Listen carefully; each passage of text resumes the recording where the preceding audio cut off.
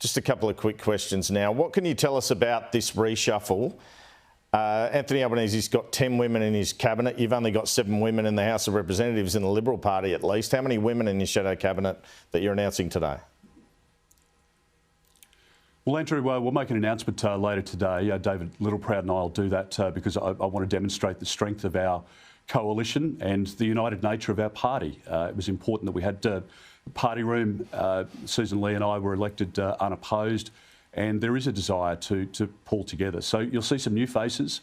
We've got incredible talent in the front bench, on the front bench at the moment, but those people that have been on the back bench for a while as well, some incredible talent. And I want to give some of them an opportunity, some new faces for the public to see, and we'll announce all of that detail. And yes, it's important for us to have as many women as possible on the front bench, and that will be a feature of the front bench that we announce later today. And just finally, Mr Dutton, John Howard distinguished himself in opposition by supporting big reforms like the sale of the Commonwealth Bank, sale of Qantas. Tony Abbott was a different style. I'm sure you looked to both these men as examples before you. He was more of a wrecking ball, I think. He was an opposer and very effective, and it helped him win a solid majority. So what kind of opposition leader are you hoping to be or planning to be?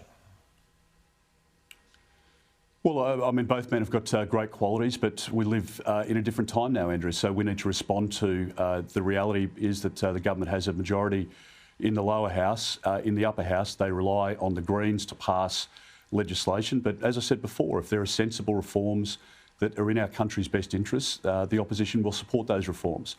If we don't think they're in our country's best interests, or we think that they can be improved, or that we're vehemently opposed to it, we'll be very clear about that. So, yes, we'll be constructive when it's in our country's best interests, particularly in the national security space.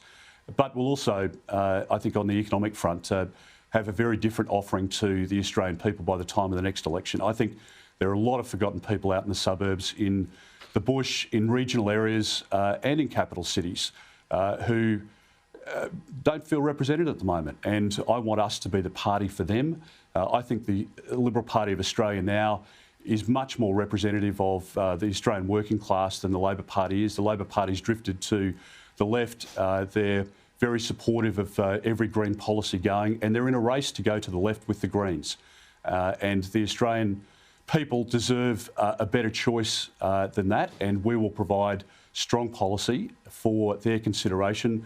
And we'll point out the deficiencies because, as I say, cost of living pressures will be higher under Labor than what they would have been under the Morrison government or under a Liberal government. And Labor's going to have to explain that and their failings, and we'll call them out on that, as an opposition should, because that's the way that you get better government. Peter Dutton, thanks so much for your time. Thanks, Andrew.